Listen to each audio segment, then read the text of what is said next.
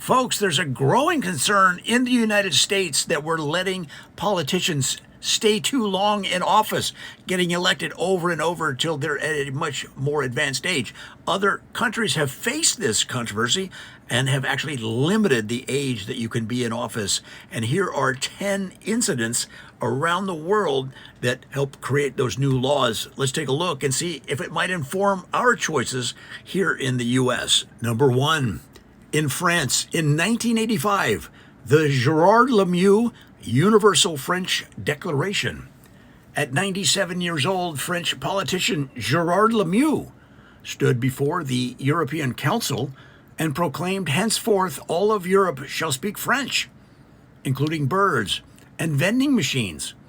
He then tried to rename Portugal Petite France and slapped the Belgian delegate with a baguette for squinting suspiciously. After a brief international incident and a very slow police chase in a Citroën, France instituted a maximum age of 70 for elected officials with a special clause banning speeches that begin with, "In my day, Napoleon would have." Number two, Japan 2003, the karaoke budget crisis. See, during a late-night parliamentary session, 89-year-old Finance Minister Hiroshi Watanabe mistook the national budget presentation for a karaoke interface and belted out a 19-minute version of My Way by Frank Sinatra, accidentally allocating 600 billion yen to Blue Eyes disaster preparedness. After this, Japan established a strict rule: no government official over 75 without passing an annual budget or ballot auditory test. Number three, 1991 in Brazil, the hammock coup. At 92, Senator Geraldo Simoes grew so attached to his office hammock that he refused to vacate his chair or participate in votes for 14 months. He declared his hammock its own autonomous region, tried to sign it into law, and threatened impeachment against anyone who touched his plantain stash. Following the debacle, Brazil capped the age of public office holders at 72 and banned all in-office hammocks larger than 4 feet. Good move. Number four, in Germany in 1978, the typewriter rebellion. At 88, Chancellor Gunther Kohl refused to adopt computers, demanding all legislation be typed on his WW2-era Underwood. When staffers rebelled, he retaliated by locking every cabinet file and safes and eating the keys. After 3 months of deadlocked government and a tragic mimeograph accident, Germany instituted the tech adaptability rule, mandating retirement at 68 or upon first documented refusal to use a mouse. Points if you knew what a mimeograph was. Number five, India, 1999, the Great Fax Lockdown. Octogenarian official M.S. Reddy became convinced that emails were a CIA plot. He insisted on governing entirely through faxes and telegrams.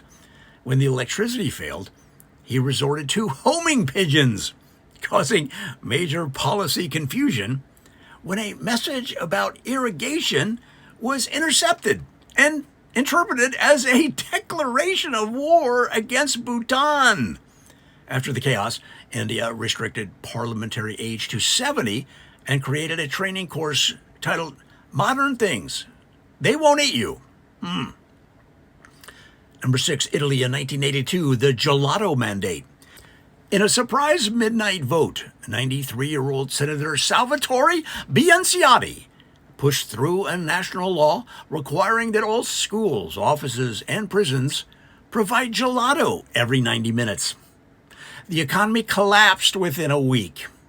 Workers were too sugared up to operate machinery, and classrooms were reduced to sticky anarchy. Italy responded by lowering the maximum political age to 69 and banned all dessert-based legislation unless passed by at least 3 sober adults. Wow. Number seven, Russia in 1964, the endless toast. Minister Yuri Petrovich, age 90, attempted to give a short congratulatory toast at a diplomatic dinner. He talked for 6 hours, passed out mid-sentence, woke up, and resumed without realizing he'd collapsed. Oh my God. 3 diplomats defected out of sheer boredom.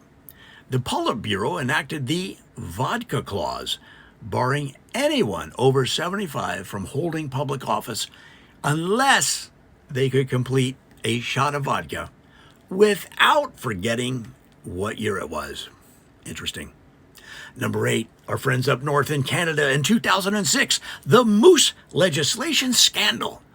Elder statesman Donald Lorne McIntyre, age 94, confused his bucket list with pending bills and accidentally passed legislation declaring that moose had the right to vote, own land, and receive universal health care.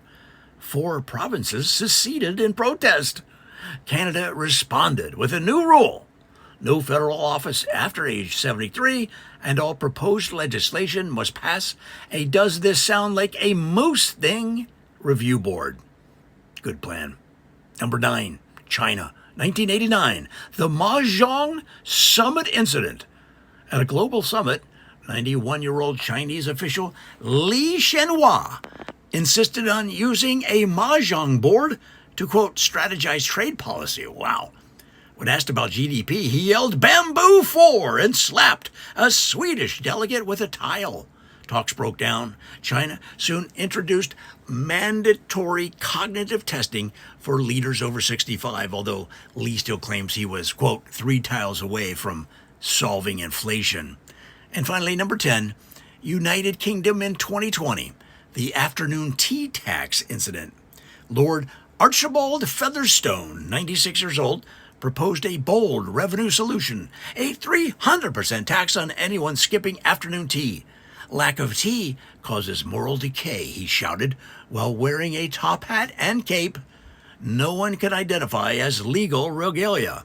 When young citizens rioted, demanding iced coffee rights, Parliament ruled that no peer over 75 could introduce legislation without spending 24 hours outside a doily-lined room. So guys, there you go. Around the world, they're limiting the age at which you can be in office. What do you think? Should we take that cue and do some kind of restriction here? Let me know.